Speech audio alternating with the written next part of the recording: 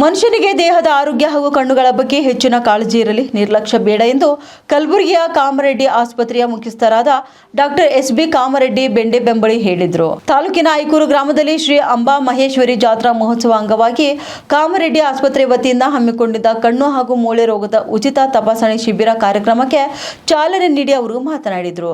ನಮ್ಮ ಆಸ್ಪತ್ರೆಯ ವತಿಯಿಂದ ಗ್ರಾಮೀಣ ಭಾಗದಲ್ಲಿ ಉಚಿತ ತಪಾಸಣೆ ಶಿಬಿರಗಳನ್ನು ಆಯೋಜನೆ ಮಾಡುತ್ತಿದ್ದು, ಉಚಿತ ಆರೋಗ್ಯ ಶಿಬಿರದ ಸದುಪಯೋಗವನ್ನು ಪಡೆದುಕೊಳ್ಳುವಂತೆ ತಿಳಿಸಿದರು. ಇತ್ತೀಚಿನ ದಿನಗಳಲ್ಲಿ ನಮ್ಮ ಆಹಾರ ಪದ್ಧತಿಯಿಂದ ಮನುಷ್ಯನಿಗೆ ರೋಗ ರುಜಿನಗಳು ಕಾಡ್ತಿವೆ.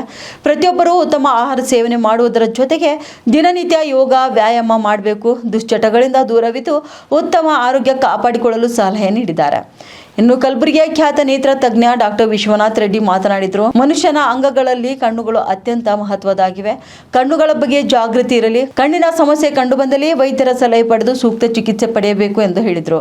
ಹೊರಗಡೆ ಬಿಸಿಲಿನಲ್ಲಿ ಓಡಾಡುವಾಗ ಕಣ್ಣುಗಳಿಗೆ ತಂಪು ಕನ್ನಡಕ ಬಳಸಬೇಕು. ಅತಿ ಹೆಚ್ಚು ಮೊಬೈಲ್ ಬಳಕೆ ಕಣ್ಣುಗಳಿಗೆ ಅಪಾಯಕಾರಿ. ಆದಷ್ಟು ಮೊಬೈಲ್ ಬಳಕೆ ಅವಶ್ಯಕತೆಗೆ ಅಷ್ಟೇ ಬಳಸುವಂತೆ ಹೇಳಿದರು. ಇದೇ ಸಮಯದಲ್ಲಿ ನೂರಾರು ರೋಗಿಗಳು ಶಿಬಿರದಲ್ಲಿ ಪಾಲ್ಗೊಂಡು ಚಿಕಿತ್ಸೆ ಪಡೆದುಕೊಂಡಿದ್ದಾರೆ. ಈ ಸಂದರ್ಭದಲ್ಲಿ ಕಲಬುರಗಿಯ ತಜ್ಞ ವೈದ್ಯರು, ಸಿಬ್ಬಂದಿಗಳು, ಗ್ರಾಮದ ಮುಖಂಡರು ಹಾಗೂ ಇನ್ನಿತರರು ಉಪಸ್ಥಿತರಿದ್ದರು.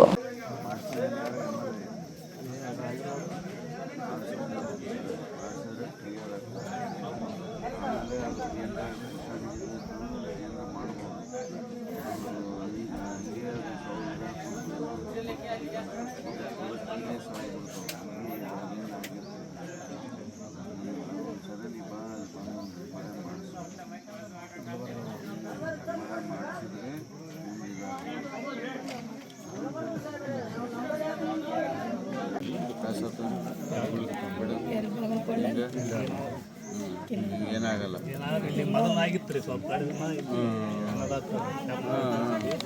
ಕಡಿಮೆ ರೀಸೆಂಟ್ ಆಗಿ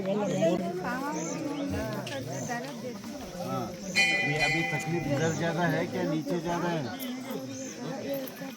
हाँ जो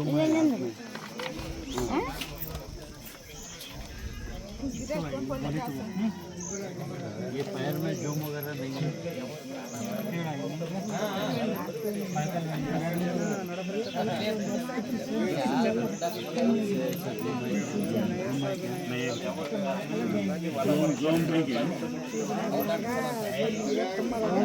ಬಂಡೆ ಕಾಳೆ ಯಾವಾಗ